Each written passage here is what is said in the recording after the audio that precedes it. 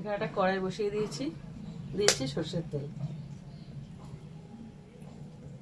তেলটা গরম হয়ে গেছে, দিয়েছি রসুন কুচি একদম ছোট ছোট করে কাটা, আর এখানে চেরা কাঁচা লঙ্কা কয়েকটা। এবার এটাকে ভেজে নেব। রসুন আর কাঁচা লঙ্কাটা পুরোপুরি ভেজে নিয়েছি। এবার দিয়ে দেবো পেঁয়াজ কুচি। একটা বড় সাইজের পেঁয়াজ কুচি করা আছে। পেঁয়াজটাকে ভালো করে ভেজে নেব।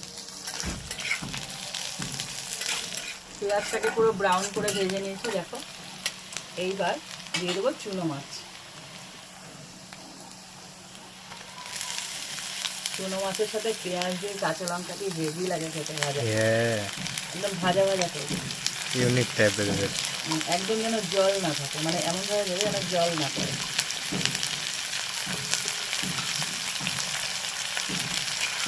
এইবার এর মধ্যে নুন, হলুদ, লঙ্কা মশলা যা যা লাগে সব দিয়ে দেবো। লবণ দিয়ে দিলাম।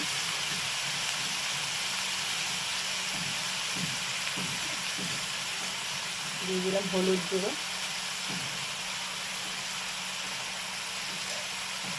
একটু লঙ্কার গুঁড়ো, একটু ঝাল ঝাল হবে। আর ফ্লেভারের জন্য একটু জিরের গুঁড়ো, আর কিচ্ছু না। এবার এটাকে পুরো ভেজে নেবো একদম ওলট পালট করে,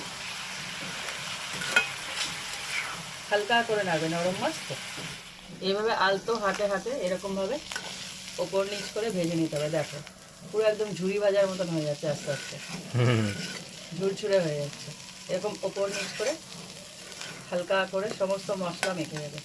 একটু কড়া হলে নামিয়ে ফেলবে। তৈরি হয়ে গেল চুনো মাছের ঝুড়ি ভাজা। এইভাবে একবার বানিয়ে ফেলো চুনো মাছ দিয়ে, দারুণ লাগবে কিন্তু। গরম গরম ভাতে দেখো ঝুরঝুরে রয়েছে, কিন্তু